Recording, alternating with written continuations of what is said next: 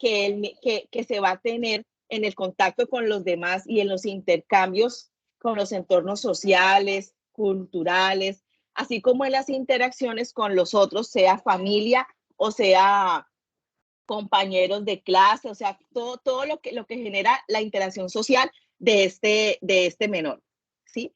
Amplía las capacidades de reflexión y reelaboración de las experiencias, contribuyendo a la habilidad para tomar decisiones, ¿sí? Eso es que le permite generar una autonomía, ¿ya? Entonces, todo esto nos va a llevar a un desarrollo integral del menor. ¿Por qué es integral? Porque estamos hablando de cubrirle todas sus necesidades básicas y no básicas, ¿ya? Que le va a permitir desarrollarse como un ser humano íntegro dentro de todos los entornos en los cuales él tiene que representarse, ¿ya? ¿Qué va a permitir esto? Le va a incrementar sus opciones de vida, ¿ya? Le va a incrementar su capacidad de determinar qué es lo mejor que puede hacer y por consiguiente le va a mejorar la calidad de vida, tanto de él como ser integral, como su entorno en el cual él se esté desenvolviendo. Entonces, aquí les voy a hacer una pregunta. ¿Cuál sería el aporte que desde este primer elemento, ¿sí?, estamos haciendo como agentes educativos para ese desarrollo integral de esos niños que ustedes tienen bajo su cargo? Recuerden que me tienen que levantar la manito para que no hablemos todas al tiempo.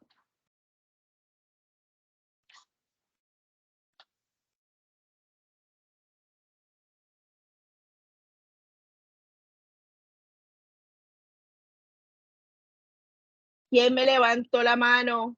Nadie me levantó la mano.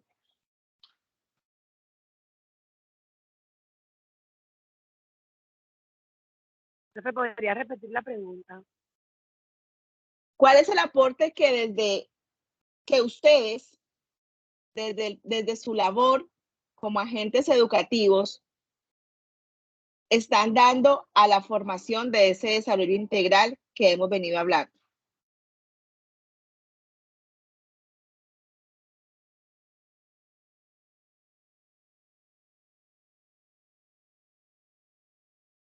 Bueno, pienso que entran varias a jugar porque ellos aprenden a socializar, a tener un entorno seguro, a compartir con respecto a la pedagogía, a la enseñanza, que se van volviendo más integrales con respecto a lo que van adquiriendo el conocimiento. Ok. ¿Alguien más? Vamos a ver si por acá alguien me contesta. A mí no me gusta hacer eso, pero cuando hablamos de participación siempre son las mismas. Señora Judy, adelante.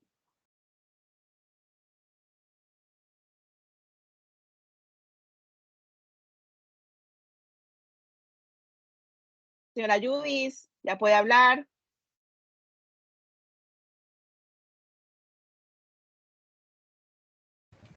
Bueno, Okay, yo pienso sí. que desde mi quehacer diario, nosotros le estamos aportando, haciéndole un seguimiento al estado de salud de los niños y niñas, mirando que se cumplan todos sus requerimientos nutricionales, y a la vez haciéndole educación nutricional al talento humano, a la familia.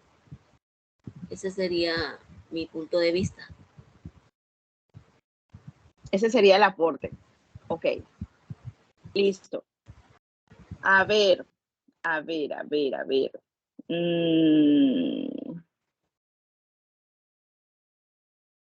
Bueno.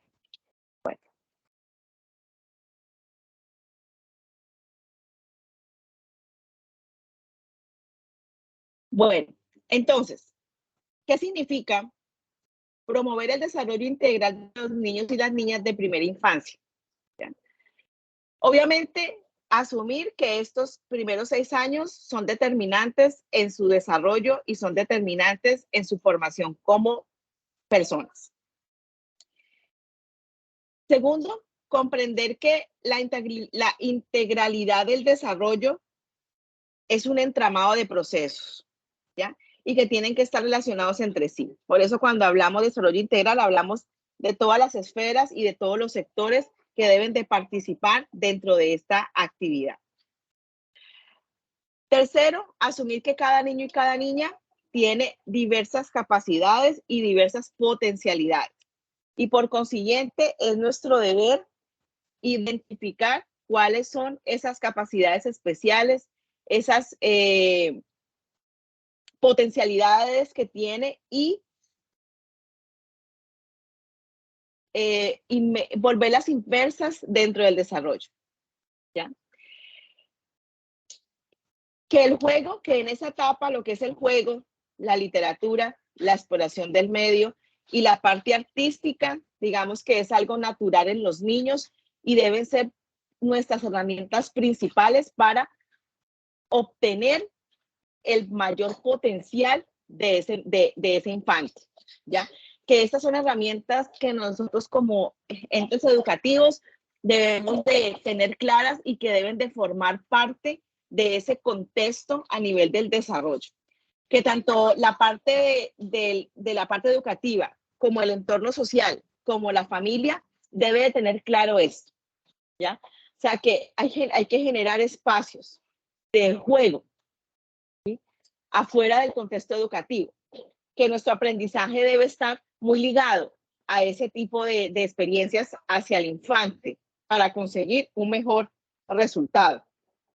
Que la familia debe de entender que en esa etapa el juego es primordial, la expresión artística es primordial y que hay que trabajar a nivel del contexto familiar en ese tipo de experiencias que va a permitir que el aprendizaje se aprenda más fácil y que tenga una buena concepción en el infante. Asegurar los medios, las condiciones y las relaciones afectivas, sociales y culturales.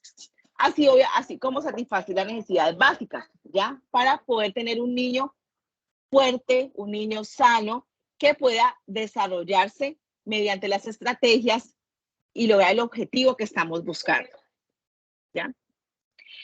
Hay que comprender que las niñas y niños, para poder potenciar su desarrollo, requieren sentirse valorados, escuchados y reconocidos, y sobre todo con la libertad de expresar sus ideas, de decir lo que sienten, de decir lo que piensan, ¿sí?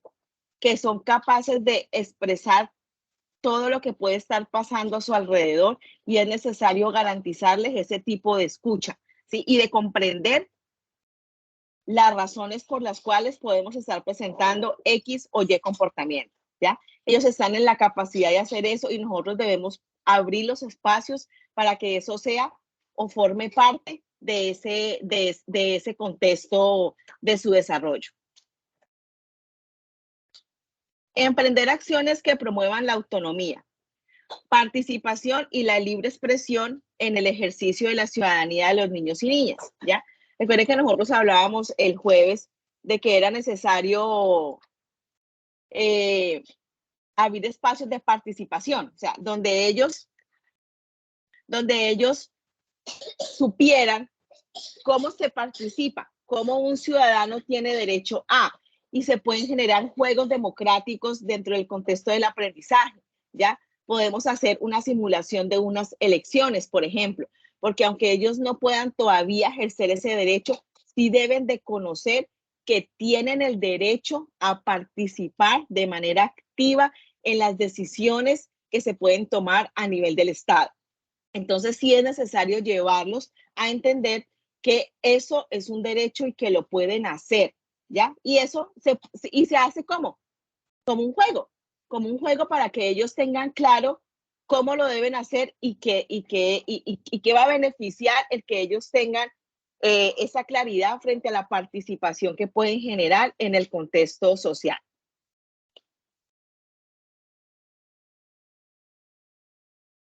Después te explico, mi amor. Bueno, ¿cuál es el segundo elemento? El segundo elemento son los derechos, ¿ya?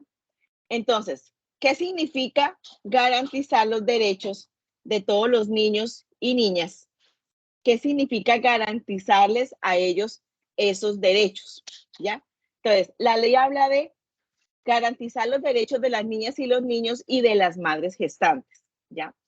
Entonces, tenemos que ver qué implica el garantizar esos derechos para esta población. Entonces, asegurar que todos los niños y niñas de Colombia, ¿sí?, gocen a plenitud de vida, integridad física, seguridad social, salud, una alimentación equilibrada, porque no hablamos solamente de derecho a la alimentación, porque si nos vamos a derecho a la alimentación, pues alimentación es darle cualquier cosa, ¿ya? Pero no estamos alimentando, ¿sí? No es que alimentación es quitar el hambre, sí, pero ¿con qué? ¿Ya? Entonces, por eso se habla específicamente de una alimentación equilibrada. Derecho a su nombre y por consiguiente derecho a tener una nacionalidad.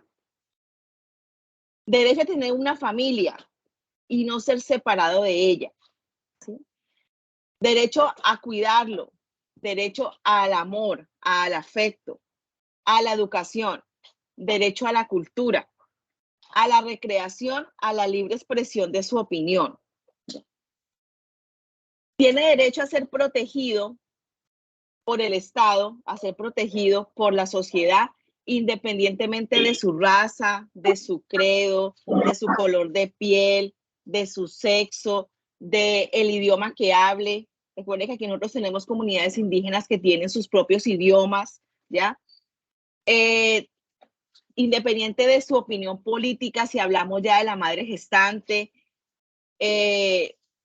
independientemente de su origen a nivel de la parte social, de su posición económica, o sea, de cualquier condición que nosotros pensemos que puede ser discriminatoria, todo la ley lo cobija, independientemente de eso, tiene derecho a todo ese tipo, todo eso que acabamos de hablar, tiene derecho a toda esa atención, tiene derecho a todo eso que se le debe de dar como ser vivo y en este caso nacido en este país. ¿Qué implica garantizarle estos derechos a esta población? Implica que va a tener primero un adecuado estado nutricional, ¿ya? Porque ahora que hablábamos de alimentación equilibrada, que va a tener la posibilidad de crecer en entornos que vayan a favorecer su desarrollo. Porque si estamos hablando de que él necesita un entorno adecuado para esto, para esto, para esto, para esto, y la ley está generando que es necesario tenerlos, entonces estamos hablando de que forma parte de su derecho. Entonces, es un derecho a crecer en entornos que favorezcan su desarrollo. Por eso cuando tenemos un niño o una niña, o en este caso una madre gestante que forma parte de la población de la ley, que se encuentre en entornos inadecuados, automáticamente el Estado está en posición de retirarlo de ese entorno y ponerlo en un entorno estable que le permita continuar con su desarrollo.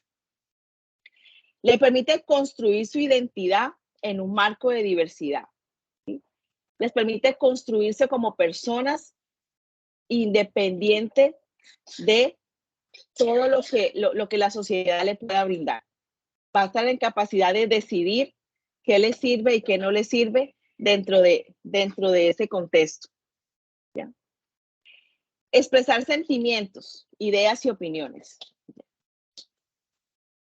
El garantizarle sus derechos va a implicar que se pueda expresar su opinión independientemente del resultado, ¿sí? Pero tiene la capacidad de poder expresar lo que siente, lo que piensa con relación a cualquier tipo de tema. Le va a permitir contar con un padre y una madre, ¿ya? O un cuidador que lo vaya a acoger y que le vaya a suplir su parte afectiva y su parte social dentro del contexto familiar. Va a disfrutar de una salud, ¿sí? Al menos dentro de la atención primordial, que sería la parte básica, pero también derecho a que si necesita algo más complejo, el Estado de igual manera se lo debe de brindar. Bueno, ¿Preguntas hasta ahora?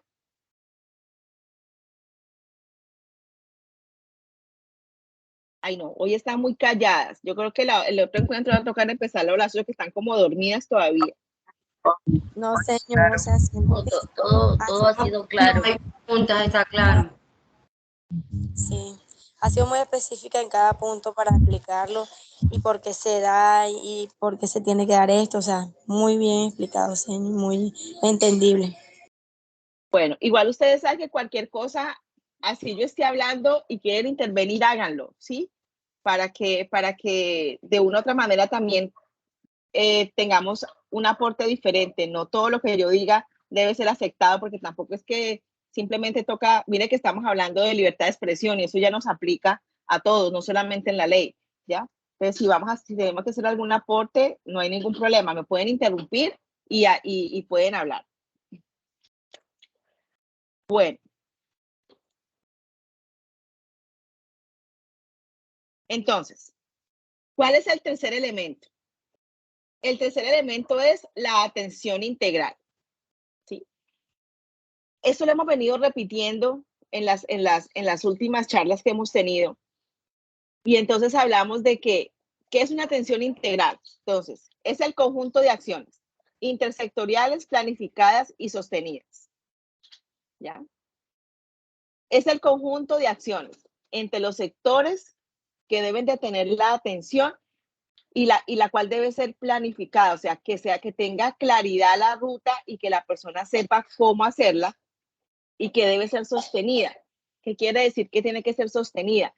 Que no es por etapas, sino que durante todo el tiempo que le cubra la ley, esa atención se debe de dar. Que suceden en cada uno de los lugares en los que transcurre la vida de los niños y niñas, ¿ya? Es decir, que así el niño se encuentre en el lugar más recóndito de este país, va a tener derecho a la atención integral. Que esas entidades sectoriales deben de garantizar que haya la atención independientemente del lugar donde el niño se encuentre, donde el niño y la niña se encuentren, generando condiciones humanas y sociales de calidad que favorecen su desarrollo integral, ¿ya? De acuerdo con su edad, situación y territorio.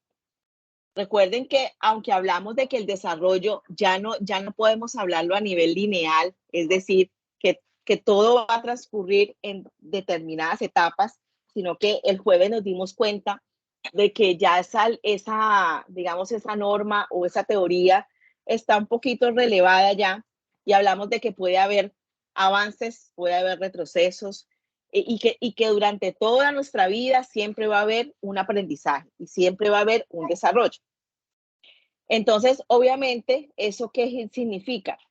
Que de acuerdo a la edad, pues igual tenemos que tener unos contextos y unos espacios específicos para que el desarrollo no se nos vaya a frustrar, por decirlo de alguna manera, y que obviamente debe ser el más adecuado posible, pero tampoco podemos desconocer que hay territorios en los cuales eso se va a dar, pero se va a dar en menor calidad que en otros. Pero lo que no podemos decir es que por el territorio o por las condiciones del territorio, entonces no va a haber la atención, ¿ya?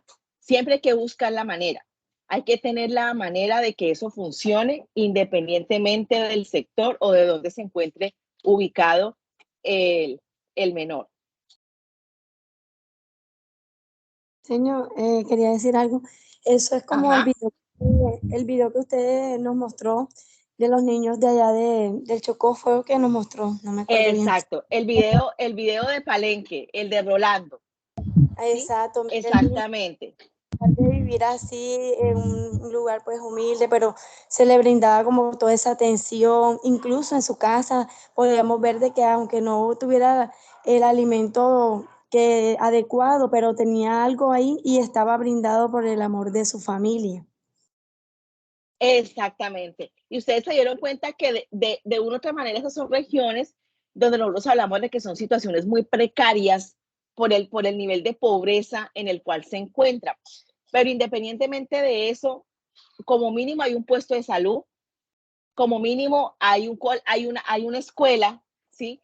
Y eso ya empieza a brindar una atención integral, ¿ya? O sea, no le estamos negando el derecho a tener ese tipo de cosas. Y si aparte de todo tenemos un buen contexto familiar, pues obviamente eso va a ayudar a fomentar ese desarrollo integral. Entonces, eso nos lleva al cuarto elemento. ¿Cuál es el cuarto elemento? Los entornos, ¿ya? Entonces, cuando hablamos de entorno, hablamos de todo, tanto el entorno cotidiano, donde transcurre la vida normal del niño y la niña, como los entornos a los cuales él se va a enfrentar durante el transcurso de su vida, ¿ya? Entonces, la vida de los niños y las niñas no ocurre en abstracto.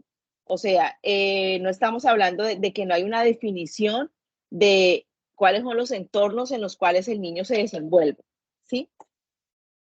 Tiene lugar en algo que está claramente definido y que tenemos, digamos, un contexto claro. Por ejemplo, si yo le digo a usted el entorno familiar, pues todo el mundo tiene claro que es un entorno familiar, ¿ya? Es una casa con un papá, una mamá, posiblemente uno o dos hijos, ¿sí? Es como lo básico que tenemos de lo que significa un entorno familiar. Si yo le pregunto a alguien, dígame qué es un entorno social, pues todo el mundo va a tener claro, no, el entorno social es la parte de la sociedad, o sea, los entornos que están fuera de su casa, ¿sí? Eso es el entorno social. Entonces, el estar en el parque, el estar en un centro comercial, el estar en una casa diferente a la suya, ¿sí? Eso es un entorno social, ¿ya? Que si yo le pregunto a usted qué es un entorno cultural, no, pues un entorno cultural es todo lo que implique aprendizaje de la cultura. Entonces, un museo, ¿sí? Un planetario, ¿ya? Un zoológico, por ejemplo. Esos son entornos culturales porque me permiten identificar la cultura del sitio donde está y también genera un aprendizaje. Entonces, por eso no hablamos de un entorno abstracto, o sea, que no se identifique cuál es. Todos tenemos claros que si yo le hablo de X o Y entorno, sabemos de qué estamos hablando, a qué espacio nos estamos refiriendo. Entonces, la idea es que los niños y las niñas, basándonos en la política de Estado, tengan entornos precisos y visibles, ¿ya? Personas con roles definidos y una estructura organizada, ¿ya? ¿Qué significa esto?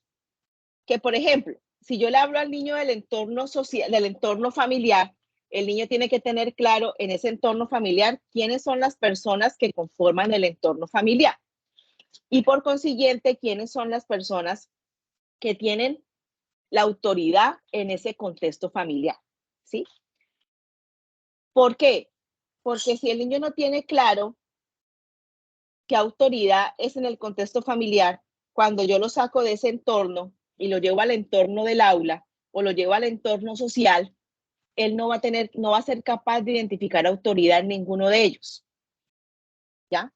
Entonces, él tiene que tener claro en cada entorno cómo funciona el espacio, cuáles son las normas y las leyes del espacio, porque también este estado le permite a él ser un ser de derechos, pero también lo lleva a ser un ser de deberes, donde él tenga identificados cuáles son los deberes que deben cumplir todas las personas que están con él en los diferentes entornos en los cuales él se va a desenvolver.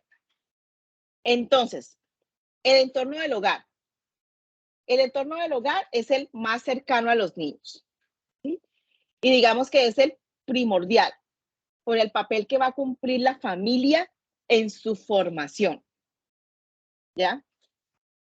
Incluso hablamos, por ejemplo, en la parte campesina o en la parte de los resguardos indígenas que ustedes saben que viven digamos, en sitios donde todos son familia, ¿ya? Entonces, la casa de este está pegada a la casa del otro, por lo menos en La Guajira, las famosas rancherías, uno puede hablar de que eso como tal, todo eso es su entorno familiar, ¿sí? No solamente su propia casa, porque para ellos toda esa gente que forma parte de su ranchería son familia, ¿ya? Entonces, digamos que ese entorno familiar se termina volviendo su entorno social y por consiguiente su entorno cultural, ¿ya?